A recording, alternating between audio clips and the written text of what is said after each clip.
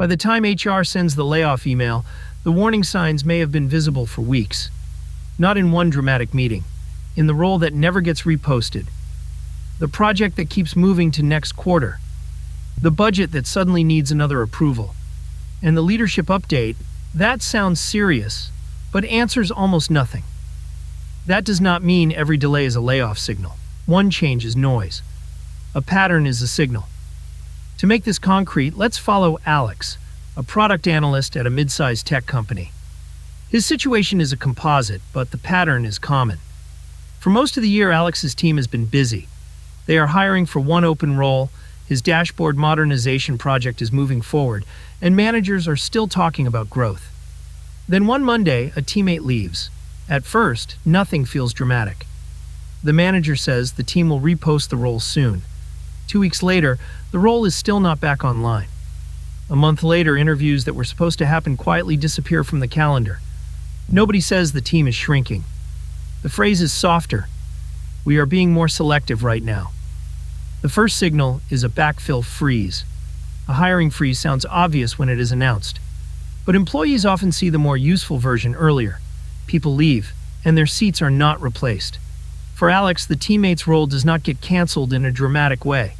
It just stops moving. Recruiter check-ins slow down, and the manager says only critical roles are moving forward. The question is not whether the company is hiring somewhere. Large companies can hire in one area while shrinking another. The real question is whether your team can replace capacity it already lost. If the work stays, but the replacement does not come, the remaining team is being asked to absorb more. That is a pressure signal.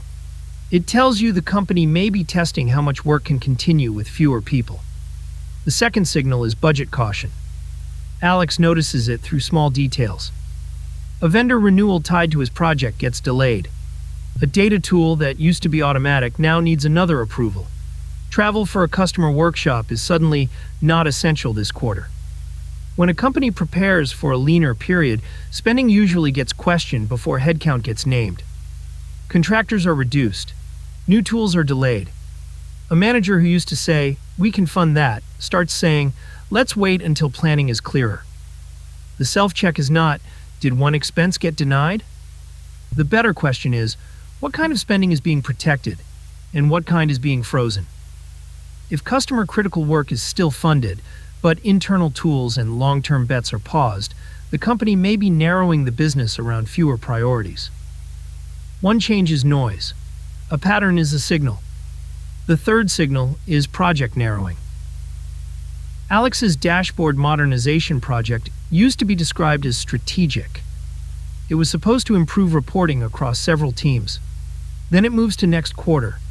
Then 2 features disappear. Then the sponsor stops asking about the long-term version and only asks what can be done with existing resources. When layoff risk rises, companies often stop funding the work that makes headcount easier to justify. Projects get reduced to a small number of must-win priorities. Anything described as exploratory, internal, long-term, or nice to have becomes harder to defend. This matters for your income because your promotion, bonus, and internal mobility often depend on the story of your work. If the project that gave you visibility disappears, your work may still be useful, but your impact story becomes weaker. So the dangerous question is not only, will my job be cut? It is also, will I still have strong evidence of impact if I need to interview, transfer, or defend my performance? The fourth signal is leadership language becoming careful. In Alex's next all-hands meeting, leadership does not say layoffs. They say focus, discipline, efficiency, prioritization, and operating model. Those words are not automatically bad. Sometimes they are responsible management. But Alex notices the answers become less specific. Leaders talk about focus, but not which projects are safe.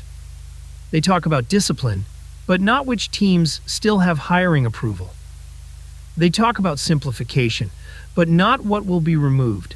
After a meeting like that, ask yourself, do you understand what changed? Do you know which projects are safer, which roles are critical, and which decisions are delayed? Or did the language sound serious, but leave everyone guessing? Vague communication, combined with backfill delays, budget freezes, and project narrowing, deserves attention. The fifth signal is work consolidation. This is the one many employees notice too late. Work does not disappear. It moves. Alex's manager asks him to document the reporting process in detail. Another team starts shadowing his workflow.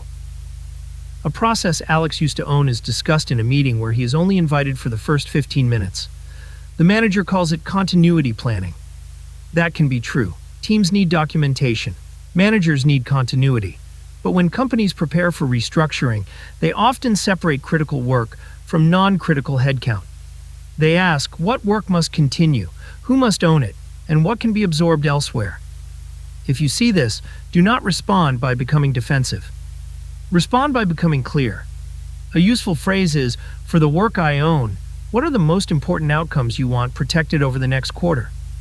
That question is calm. It does not accuse anyone. It asks for priorities. And if priorities are changing, you need to know while you still have time to adapt. Now, if several of these signals appear, do not turn it into a panic spiral. You do not need to make a dramatic move. You need to make the moves you will not regret later. Use a 48-hour low-regret plan. First, protect your evidence. Update your achievement log while the details are still fresh. Capture numbers, projects, launches, customers, cost savings, systems improved, and scope. If your project gets paused later, you still want a clear record of what you contributed. Second, protect your options. Reconnect with 3 external contacts. You do not need to say, I need a job. A simple message is enough. I've been focused on analytics and reporting systems lately, and I'd be curious what you're seeing in your team or market. Third, protect your runway. Look at your fixed expenses. How many months could you cover if income stopped? What would be the first 3 cuts? This is not because you know a layoff is coming. It is because uncertainty feels different when you know your numbers. Fourth, protect your current position. Clarify priorities with your manager. You might say, given the planning changes, I want to make sure I'm spending time on the work that matters most. Which outcomes should I prioritize? That is more useful than asking, am I being laid off? Most managers cannot answer that directly, and the answer may not be stable anyway. There is also a boundary here.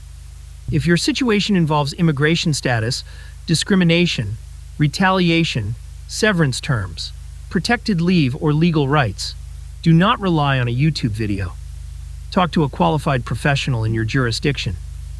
For most employees, the goal is not to predict the announcement. The goal is to avoid being surprised with no options. So if backfills pause, budgets tighten, projects narrow, leadership gets vague, and work starts consolidating, do not panic. But do not ignore it automatically either. One change is noise. A pattern is a signal. You cannot control whether a company restructures. But you can protect your evidence, your network, your cash runway, and your next move before the formal language arrives. If you want more calm, practical videos on protecting your income before workplace risk becomes obvious, subscribe. The goal is not panic. The goal is options.